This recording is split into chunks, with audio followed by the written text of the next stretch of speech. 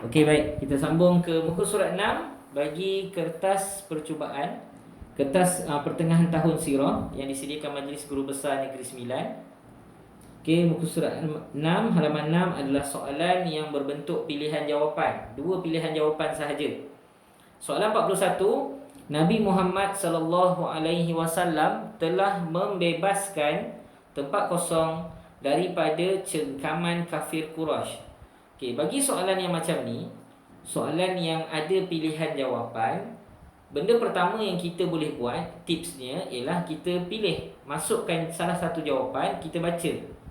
Contoh, kita baca Nabi Muhammad sallallahu alaihi wasallam telah membebaskan kota Mekah daripada cengkaman kafir Quraisy. Okey. Yang kedua, Nabi Muhammad sallallahu alaihi wasallam telah membebaskan kota Rom daripada cengkaman kafir Quraisy. Okay, jadi kita cuba tengok antara dua maklumat yang kita baca ni, mana yang paling logik? Nabi bebaskan kota Mekah ke kota Rom? Kota Mekah. Zaman Nabi ada tak Nabi bebaskan kota Rom?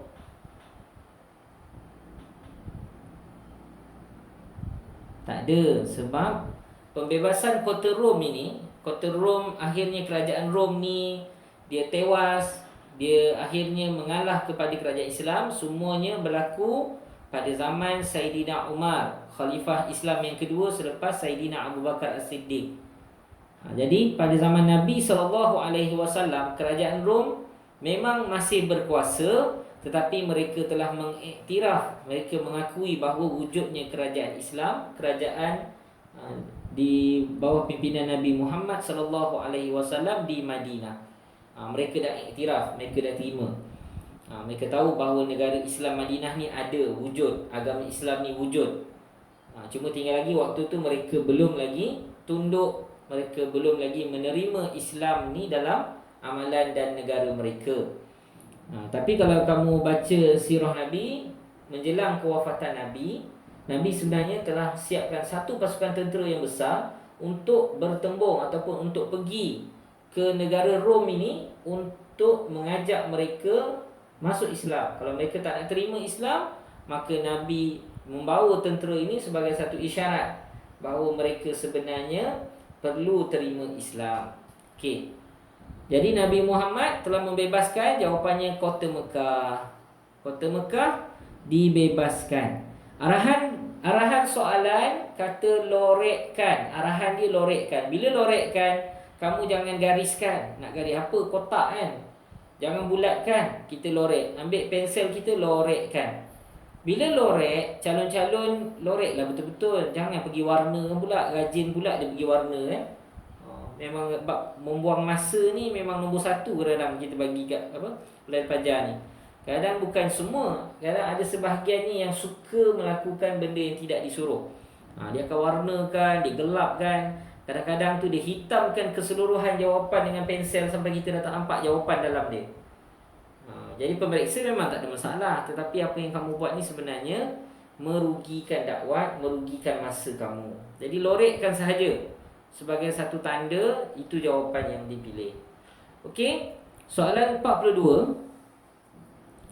Malaikat adalah makhluk Allah yang suci daripada dosa dan dijadikan daripada tanah ataupun cahaya. Mana satu? Tanah ke cahaya?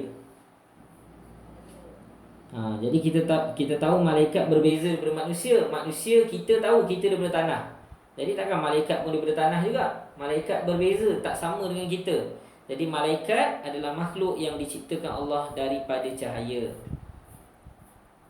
Okey. Yang seterusnya soalan 43, mukjizat yang diterima oleh Nabi Muhammad sallallahu alaihi wasallam serta berkekalan sehingga ke hari kiamat ialah Al-Quran, Al-Hadis. Apakah mukjizat? Ya, mukjizat yang dimaksudkan dalam kenyataan ini merujuk kepada Al-Quran. Hadis Nabi ni sebab dia ada banyak benda yang kita kena faham tentang hadis Nabi. Hadis Nabi juga adalah wahyu. Allah beri kepada Nabi, Nabi sebut dengan kata-kata Nabi. Tapi berbeza hadis dengan Al-Quran. Al-Quran ini telah ditetapkan. Kemudian dikumpul ayatnya, kita hafal, kita tahu. 6,236 ayat, 114 surah dengan susunan yang telah ditetapkan. Malaikat Jibril turun kepada Nabi, mengajar Nabi dengan susunan-susunan ayat Quran selama 23 tahun. Malaikat menyampaikan wahyu daripada Allah kepada Nabi, semuanya dengan susunan yang teliti. Nabi tahu kat mana surah ni duduk, ni sebelum surah apa, yang ni selepas surah apa. Semuanya dengan apa yang ditunjukkan oleh malaikat, hasil arahan Allah Subhanahu Wa Taala. Jadi Al-Quran ini itulah dia, macam mana yang turun kepada Nabi, 6,236 ayat, 114 surah dengan susunannya yang telah ditetapkan. Itulah Quran yang daripada dulu sampai sekarang sehingga ke hari kiamat. Adapun hadis Nabi ni, ada hadis yang sahih, ada hadis palsu yang orang cipta dan orang kata Nabi cakap, dan macam-macam lagi situasi tentang hadis ni. Jadi yang disebut dalam soalan ni merujuk kepada mukjizat Al-Quran. Jadi dia merujuk kepada Al-Quran, bukannya hadis Nabi SAW. Orang yang beriman kepada qada dan qadar akan redha dan sabar ataupun sedih atas apa yang Allah tentukan. Mana satu? Sabar ke sedih? Ya, jawapannya adalah sabar. Dia kalau beriman pada qada dan qadar, walaupun diuji, tapi dia tetap akan sabar. Dia sabar. Kalau ujian tu menyebabkan dia, mungkin dia akan sedih, ujian tu berat, dia menangis semua. Tapi maksudnya kalau dia redha dengan qada dan qadar, walaupun dia rasa dalam hati dia rasa sedih, rasa gemetar, rasa takut, tetapi dia akan kuat, dia akan bersabar, sebab dia tahu semua ni Allah yang tentukan. Okey, jadi jawapannya sabar. Soalan 44, sabar. Soalan 45, Islam adalah agama yang dapat menjamin ataupun menyusahkan kehidupan di dunia dan di akhirat. Mana satu jawapan dia? Ya, jawapan yang tepat menjamin. Oh, Ustaz macam dengar suara, ada suara orang lain sekali ke? Okey, tak apa. Mujahidah ada ke? Ustaz tak pasti Mujahidah mendengar ke tidak. Okey, tak apa. Okey, jadi jawapannya menjamin. Okey, soalan 45, menjamin. Okey. Sekarang kita pergi kepada soalan konsep yang sama, dia beri pilihan jawapan di atas. Pilihan jawapannya telah ada di atas. Ada 5 pilihan jawapan. Dan kalau untuk zaman kemahiran berfikir aras tinggi ni, sebenarnya mereka yang menggubal atau membuat kertas soalan ni kadang-kadang mereka tolong tambahkan. Dia tak buat 5 pilihan jawapan. Walaupun ada 5 soalan, dia akan tambah jadikan 6. Ada 6 kotak. Saja dia letak 6 jawapan. Jadi kamu tak boleh main teka-teka lagi dah. Kamu kena faham dan yakin dengan jawapan tu. Kalau 6 kotak lah. Kalau 5 kotak, sekurang-kurangnya kita boleh susun.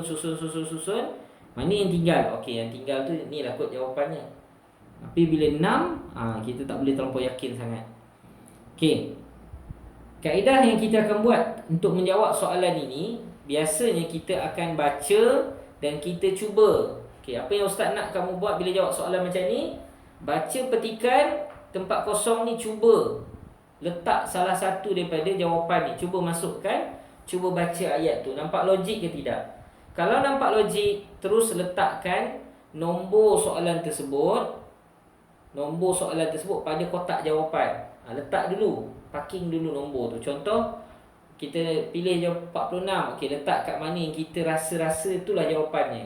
Tulis dulu 46 dekat kotak dia. Jangan salin lagi. Kita dah yakin, baru kita salin dalam ruang petikan di bawah ni, baru kita salin. Kat situlah markah diberi. Markah akan diberi pada apa yang kita tulis di garisan dalam petikan. Okey, sekarang kita baca sama-sama. Hukum melaksanakan perkara fardu ain adalah fardu kifayah bagi setiap orang Islam. Okey. Ataupun hukum melaksanakan perkara fardu ain adalah bersatu padu bagi setiap orang Islam. Ataupun hukum melaksanakan perkara fardu ain adalah mengabaikan bagi setiap orang Islam. Ataupun hukum melaksanakan perkara fardu ain adalah wajib bagi setiap orang Islam. Ataupun hukum melaksanakan perkara fardu ain adalah keredaan Allah bagi setiap orang Islam. Apa agaknya pilihan jawapan yang sesuai? Okey, wajib. Okey, jadi kita pergi dekat kotak wajib tu, kotak pilihan jawapan yang wajib, kita letak 46 dalam kotak tu. Kita parking nombor 46. Nombor soalan 46, kita parking dalam kotak dulu. Kita jangan salin dulu, kita parking dulu. Okey, lepas tu kita pergi pada yang seterusnya. Bagi setiap orang Islam, manakala menunaikan perkara fardu kifayah adalah wajib bagi sebahagian masyarakat, ataupun manakala menunaikan perkara bersatu padu adalah wajib bagi sebahagian masyarakat. Logik ke tak logik? Manakala menunaikan perkara mengabaikan adalah wajib bagi sebahagian masyarakat, ataupun manakala menunaikan perkara keredaan Allah adalah wajib bagi sebahagian masyarakat. Okey, mana agaknya jawapan dia? Ya, kalau ikut logiknya fardu kifayah. Sebab apa? Sebab ni tengah cerita fardu ain. Kemudian dia kata manakala. Maksudnya nak cerita selain daripada fardu ain mesti ada satu lagi. Jadi mestilah fardu kifayah. Tapi tak apa, kita letak dulu dalam kotak dia 47. Kita rasa macam tu jawapannya. Nanti kita semak balik. Okey, kita pergi pada, kita baca ayat dia. Kedua-duanya memainkan peranan yang penting untuk menjaga kemaslahatan individu, masyarakat dan negara. Orang yang apa? Kita sambung. Orang yang bersatu padu fardu ain dan fardu kifayah akan mundur. Orang yang mengabaikan fardu ain dan fardu kifayah akan mundur. Orang yang keredaan Allah fardu ain dan fardu kifayah akan mundur. Jadi mana satu jawapan dia? Ya, yang paling logik dari segi susunan ayat dia, kalau kita baca bahasa Melayu, yang paling logik ialah mengabaikan. Okey, kita letak dulu 48 dekat kotak mengabaikan. Okey, kemudian kita baca lagi mundur dan ketinggalan dalam pelbagai bidang. Antara kepentingan fardu ain kepada masyarakat ialah mendapat keberkatan dan kita tinggal dua kotak lagi, dan bersatu padu, ataupun ialah mendapat keberkatan dan keredaan Allah. Okey, mana satu pilihan jawapannya?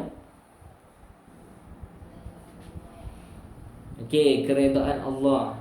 Takkan dia dah tulis itu mendapat keberkatan dan bersatu padu. Macam pelik dia ayat tu kan.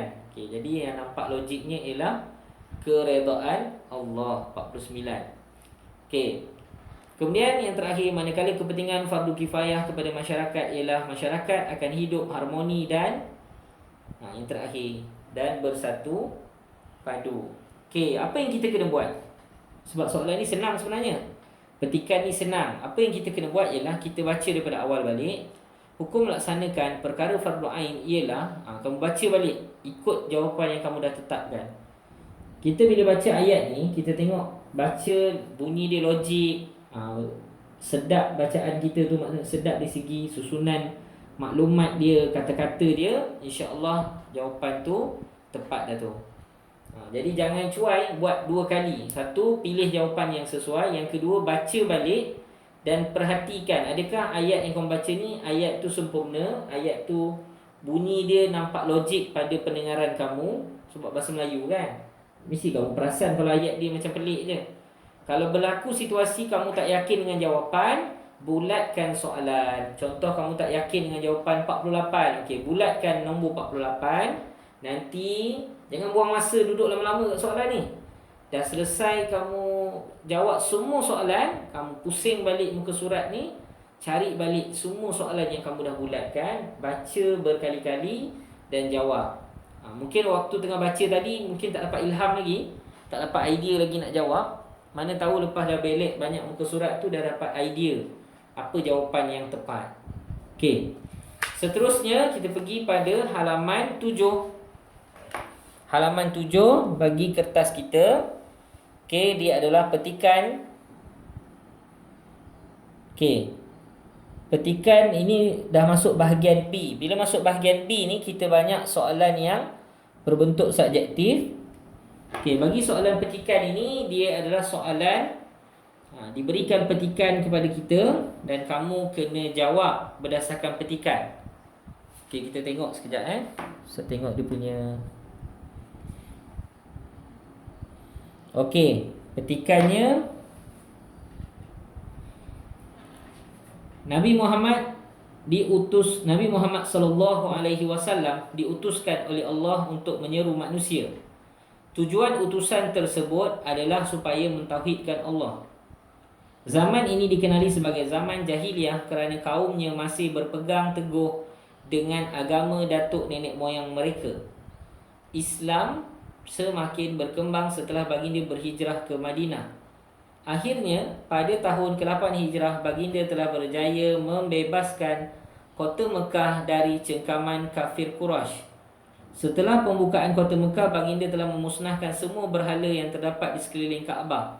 Sehubungan dengan itu, Mekah dapat dibersihkan daripada perkara-perkara syirik. Okey. Jadi kita tengok kepada soalan. Okey, soalannya, siapakah yang Allah utuskan untuk menyeru manusia? Okey, siapa nak cuba jawab? Okey. Macam mana nak jawab soalan petikan? Soalan petikan ni sebenarnya jawapan dia, kalau kamu rajin, kalau kamu jenis yang rajin tulis jawapan, kamu kena salin balik maklumat daripada soalan tu sebenarnya. Kamu hanya perlu jawab, siapakah yang Allah utuskan untuk menyeru manusia? Kita dah baca petikan, kita tahu jawapannya Nabi Muhammad. Kamu tulis Nabi Muhammad yang Allah utuskan untuk menyeru manusia.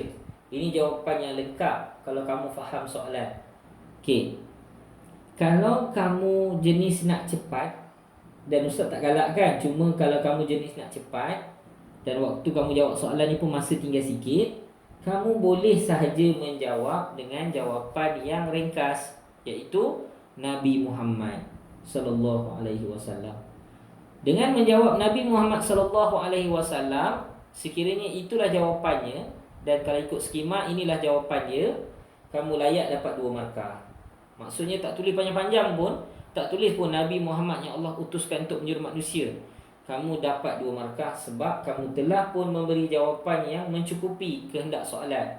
Sebab soalan tanya siapa, jadi kamu jawab Nabi Muhammad. Betul lah, Nabi Muhammad lah jawapannya. Okey. Jadi ini adalah soalan yang berbentuk subjektif tapi ada petikan, ada rujukan daripada petikan. Arahan soalan kata jawab soalan berpandukan petikan. Jadi ambil jawapan daripada petikan. Okey, katalah tiba-tiba ditakdirkan Allah kamu tak tahu nak jawab soalan ni macam mana. Memang langsung tak tahu nak jawab jawapan dia macam mana. Dan jawapan, ingat soalan yang berdasar petikan, Ustaz tak nak dengar ada yang bagi alasan, Ustaz saya tak tahu nak tulis jawapan dalam jawi. Untuk makluman, jawapan dah ada dalam petikan kat atas. Jawapannya di atas. Kamu hanya salin sahaja. Salin. Jadi kalau ada calon yang ada masalah nak keluarkan jawapan, kamu sebenarnya menyalin jawapan. Bukan kamu keluarkan jawapan baru dalam kepala kamu. Kamu hanya salin jawapan di atas. Tapi kat mana jawapannya? Jadi jawapannya ialah kita cari daripada soalan ni, kat mana ayat yang ada perkataan penting ni. Siapakah ni kita abaikan. Siapakah kita tak payah cari. Kita cari ni, Allah utuskan untuk menyeru manusia. Jadi kita akan jumpa di jawapan yang pertama sekali, Nabi Muhammad diutuskan oleh Allah untuk menyeru manusia. Perkataan menyeru manusia ada, perkataan Allah ada, perkataan utuskan ada. Jadi kita buat je cara paling mudah, salin je daripada mula perkataan, mula ayat sampai noktah. Salin semua ayat tu, letak di ruang jawapan. Jadi ini bagi mereka yang tak faham soalan, maknanya dia tak jelas soalan ni mana jawapannya, boleh guna kaedah ni.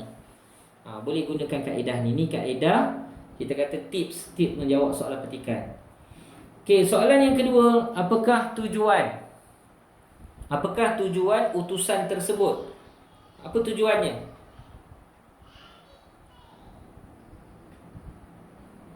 Ya, kalau jawab mentauhidkan Allah, pendek je, mentauhidkan Allah, dapat 2 markah. Tapi sekiranya kamu mampu tulis panjang, tulislah sempurna.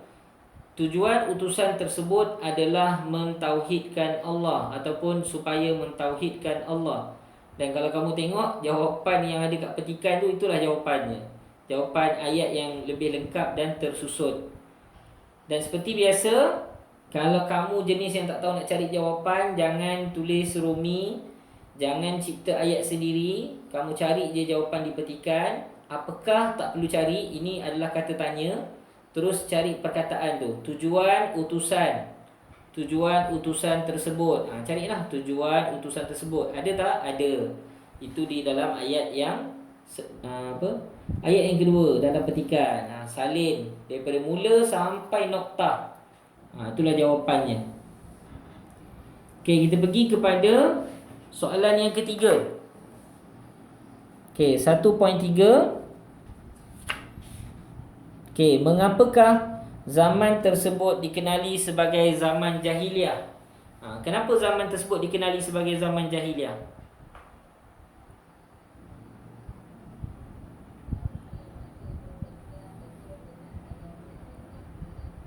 Ya, betul. Kalau jawab, itulah jawapan dia. Yang jawapan dia melayakkan kamu dapat markah. Kalau kamu kata kaumnya berpegang teguh dengan agama, kalau kamu jawab macam tu, tiada markah, sebab jawapannya tidak lengkap. Tapi kalau kamu tulis kaumnya berpegang teguh atau masih berpegang teguh dengan agama datuk nenek moyang mereka, 2 markah. Okey. Jadi jawapan kena lengkap. Kalau kamu nak tulis paling lengkap, rajin nak tulis lengkap sangat. Zaman tersebut dikenali sebagai zaman jahiliah kerana kaumnya masih berpegang teguh dengan agama datuk nenek moyang mereka. Tapi tengoklah ruang jawapan kan. Ruang jawapan adalah kocik, ruangan sempit. Pandai-pandailah kamu kalau nak tulis panjang-panjang, pandai-pandailah kamu adjust tulisan. Yang penting jawapannya nampak. Jangan jawapan langsung tak boleh dibaca. Pengawas pemeriksa penanda ni dia bukan senang dia nak tanda kalau soalan-soalan macam ni kan. Dia nak faham tulisan lagi, dia nak carikan jawapan lagi. Jadi simpatilah pada penanda kertas kamu ni. Okey, soalan seterusnya 1.4. Apakah kelebihan yang diperolehi setelah Nabi Muhammad sallallahu alaihi wasallam berhijrah ke Madinah? Apa kelebihan yang Nabi dapat? Ya, Islam semakin berkembang. Jawapan dia pendek je. Islam semakin berkembang. Ini kelebihan yang Nabi dapat. Jadi kalau kamu rujuk jawapan daripada petikan, kamu akan dapat jawapan Islam semakin berkembang. Okey, itu jawapan bagi 1.4. 1.5.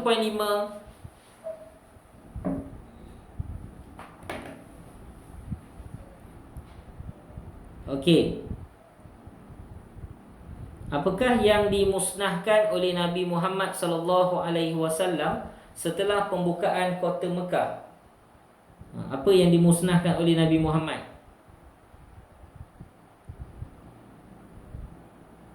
Ya?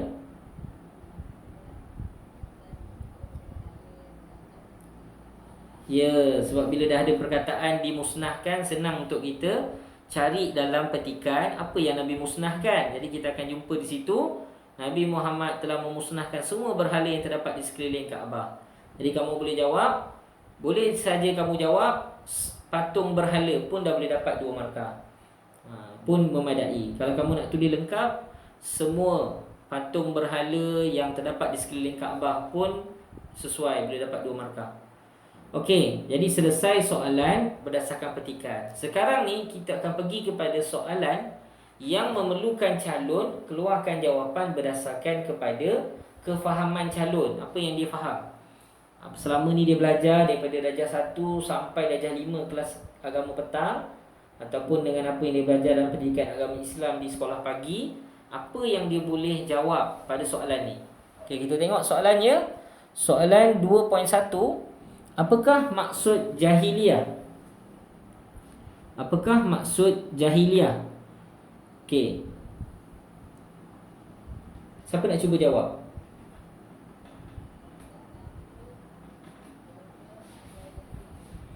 Okey. Mungkin antara cubaan-cubaan jawapan kamu nanti ada yang akan kata tidak tahu, bodoh, jahil. Itu adalah salah satu jawapan. Biasanya jawapan yang macam tu kalau kita merujuk dari segi bahasa. Okey, boleh juga kalau kamu tengok pada petikan, kalau kamu perasan, kadang-kadang soalan-soalan ni, kertas soalan ni, walaupun dia bagi soalan di belakang, kadang-kadang ada clue ataupun petunjuk jawapan di muka surat yang hadapan.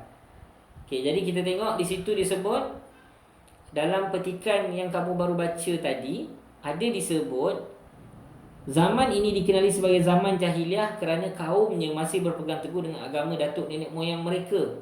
Boleh sahaja calon nak jawab, maksud jahiliah tu adalah mereka yang berpegang dengan ajaran datuk nenek moyang. Boleh diterima. Boleh juga kamu jawab dengan jawapan mereka yang enggan menerima kebenaran. Ini yang paling tepat sekali, 2 markah. Okey, jadi jawapan-jawapan yang sesuai akan diterima dan diberi markah. Okey, soalan yang terakhir yang kita akan bincangkan hari ini dan kita akan tamatkan kelas kita pada hari ini. Kita akan tamatkan dengan perbincangan soalan 2.2 di muka surat 7. Tulis 2 sembahan orang jahiliah sebelum kedatangan Islam. Tulis 2 sembahan orang jahiliah sebelum kedatangan Islam. Kalau siapa yang baca buku teks sirah tahun 5, dia terletak jawapan ni ada pada bab pertama pada muka surat pertama buku teks. Ada jawapan ni. Soalan bukan tanya tuliskan 2 nama patung berhala. Faham betul-betul soalan ni. Dia kata tulis 2 sembahan. Ingat, orang Arab jahiliah bukan sembah patung je, dia ada sembah macam-macam. Jadi kamu kena tulislah 2 sahaja. Okey, siapa nak cuba? Apa dia?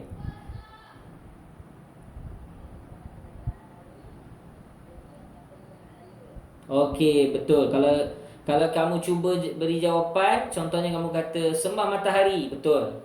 Sembah patung berhala, betul. Dah dapat 2 markah di situ. Kalau kamu jawab sembah matahari, kemudian yang kedua sembah bulan, betul. Kalau kamu kata sembah api, sembah pokok-pokok, betul. Jadi dia semua benda-benda ni kamu masukkan sesuai dengan ruang jawapan. Kalau kamu letakkan patung berhala, contoh kamu kata sembah patung Hubal, sembah patung Lata. Kalau kamu jawab macam tu, kamu hanya dapat 1 markah sahaja. Sebab dia merujuk kepada sembahan yang sama, iaitu sembah patung berhala. Okey. Jadi itu sahaja perbincangan kita untuk hari ini. InsyaAllah pada kelas yang akan datang, iaitu pada selepas cuti sekolah, kita akan sambung dan habiskan bincang semula. Baki 2 halaman lagi daripada kertas soalan ini.